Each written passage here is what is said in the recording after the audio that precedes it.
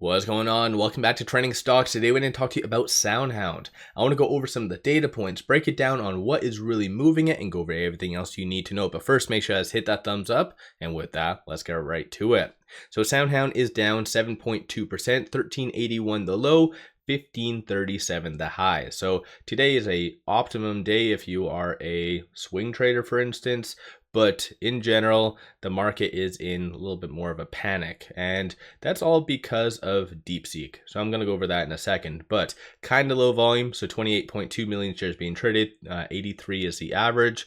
And that's not just with SoundHound, that's across the board. So you are having lower volume, but ultimately, no news associated to SoundHound today, no SEC filings. There was this that was posted, so today is the first day that they're going to be at that customer contact week, and so that's between the 27th and 29th.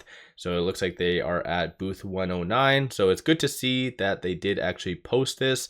It was done straight out the gate at 8:30. So whoever's doing their marketing definitely is on top of it. So that's something I wanted to bring up.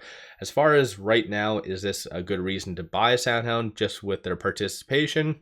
I'd say no, not really, unless there is something new that does come out associated to this. But I think just them getting their name out there is hopefully will cause eventually some more orders and whatever else and partnerships. But one thing that I do want to bring up and just kind of vaguely talk on is this. So I posted this on X recently, this morning, and of the 10 articles, 8 of them are in correlation and bring up DeepSeek.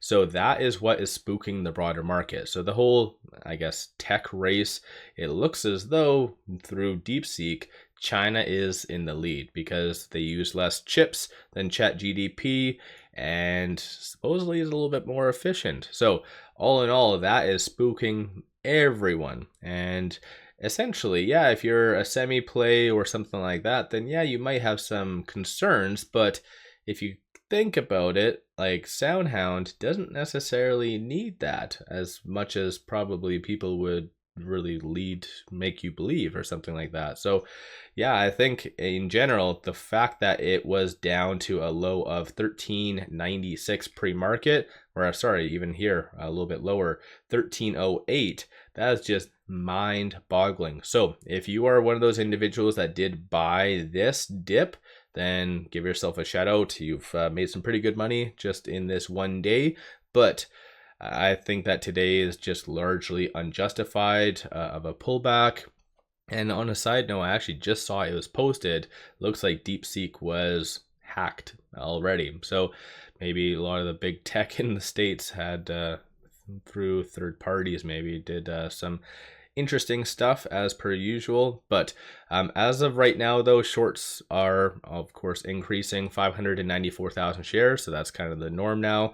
26.67% of the free floats being shorted, works out to be 87.7 million shares overall are being shorted. And then through IBKR, it does indicate roughly around 90,000 shares is available to be shorted. So you could see some buying as big money likes to buy and lend out. So again, that is where maybe in the second half of the day you could see some corresponding buying, but generally shorts started out relatively quiet and have been increasing. You can see that from that teal line right there. So I think every day shorts are going to increase. That's just what they do now at this stage in the game. But 6.2 million in calls, 3.7 million in puts, 49% of all the options being done today are bearish in nature, and you can kind of see dollar value is just very low. So even though we're about halfway through the day, 9.8 million for total premiums, 29 the day prior, 35 the day before that. So yeah, definitely today is a very, very low volume. But aside from that, of the call options that are being purchased, you still oddly see a good consensus for it to be above $20 for this week, because aside from today's fear, you have a lot of big data points coming out the rest of the week. So you have Powell, GDP, and PCE. So yeah, with that trifecta and also a lot of big tech unveiling the earnings, that could be that stimulant to really push it to this 20. So it's interesting to see people still very, very optimistic that 20 is going to hit. So if you are in that boat, if you feel 20 is going to come, give yourself a shout out in the comments below. As far as the bears though, they are anticipating a kind of a full-on breakdown, more of it sub $11 for the most part. So we're kind of $12 to $11.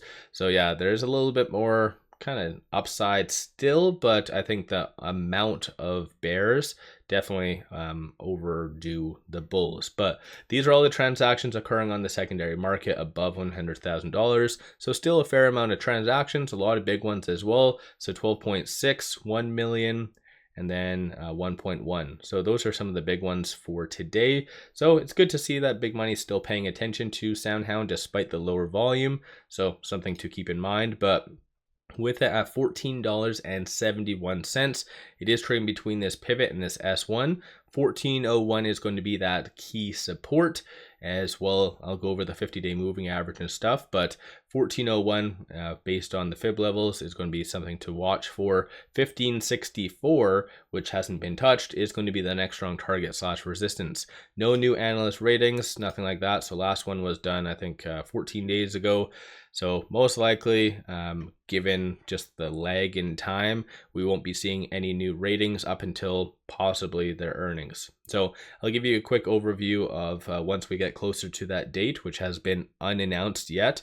So it does show on Seeking Alpha a estimated date of the 28th, but again, the company hasn't disclosed that yet. So we will just have to wait for that. But when they do announce it, I'll go over kind of the expectations by analysts, what they are assuming for earnings per share and whatever else. But aside from that though, you can kind of see that today we did break below that ALMA. So looking right over here, so below that ALMA, this right here, that 50-day moving average is sitting at 1407. So you have 1407, then 1401. So the fib level and then the 50-day moving average. Historically, when SoundHound does break below that 50-day moving average, this is where you see like a 30 to 40% pullback, as I've mentioned in the past. So definitely watch for that in the short term. But that has been the saving grace between January the 13th and for the most part the 21st. So we know that's a good one. So kind of just watch all of that in general. So if you do believe in SoundHound, as I have stated, it's going to be very, very volatile. You just have to expect that every day. Just anticipate like a 7% swing almost in both directions, and then you'll be fine. So it's kind of like yeah, it is what it is. That's just the nature of the game on a lot of speculative stocks, innovative stocks as well. It's just eventually once they gain more traction, then that's where you just kind of move up, similar to what happened with Palantir. So yeah, interesting day. I don't see it being justified whatsoever based on just DeepSeek. I kind of searched it up a little bit. I'm not really a fan of it. It seemed very flawed to me. So again, I think it's just, just stuff and propaganda that's out there. So that's just my viewpoint. I could be wrong. So let me know your viewpoint on all of this. Don't forget to hit that thumbs up and subscribe. I always greatly appreciate that. One final thing, pop over to my Patreon. I give buy signals on stocks, options, and crypto. Many of them have been absolutely on point, so definitely worthwhile to pop over there and take a look. With all that, appreciate all of you watching.